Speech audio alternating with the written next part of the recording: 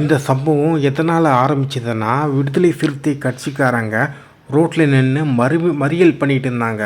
அந்த சமயத்தில் ஆகாஷ் என்பவர் வந்து 2 வீலர் பைக்கில் வந்துட்டு இருந்தார். அவருக்கு போகிறதுக்கு வழி இல்லாமல் வழி விடுங்கன்னு சொல்லி அந்த ப்ரொட்டஸ்ட் பண்ணுறவங்க கிட்ட ரிக்வெஸ்ட் பண்ணார். ஆனால் அங்கே இருக்கவங்க யாருமே கேட்கல. அண்ட் அவருக்கும் அந்த ப்ரொட்டஸ்டருக்கும் சண்டை வந்தது. அதுக்கப்புறம் பார்த்தீங்கன்னா அந்த சண்டை அவருக்கும் போலீஸுக்கும் மாறிடுச்சு. அண்ட் போலீஸ் தான் இவரை முதல்ல அடித்தாங்க.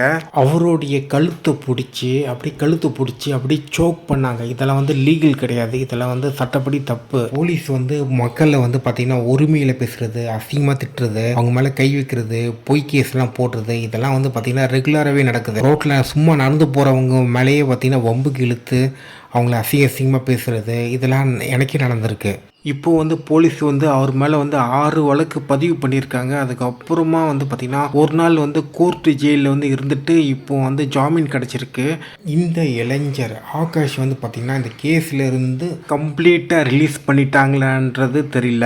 அவர் மேலே போடப்பட்ட அந்த 6 கேஸும் ரத்து பண்ணிட்டாங்களான்றது இன்ன வரைக்கும் ஷூராக தெரியல. ரத்து பண்ணால் ரொம்ப நல்லாயிருக்கும்.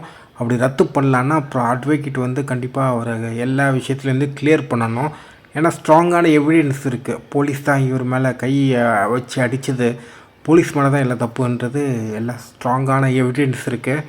ஹோப் எல்லாமே நல்லபடியாக நடக்கும்னு நான் நினைக்கிறேன். அந்த ஆகாஷ் அப்படியே நல்லா ஃப்ரீ மைண்டடாக ஹாப்பியாக இருப்பார்னு நான் நினைக்கிறேன்.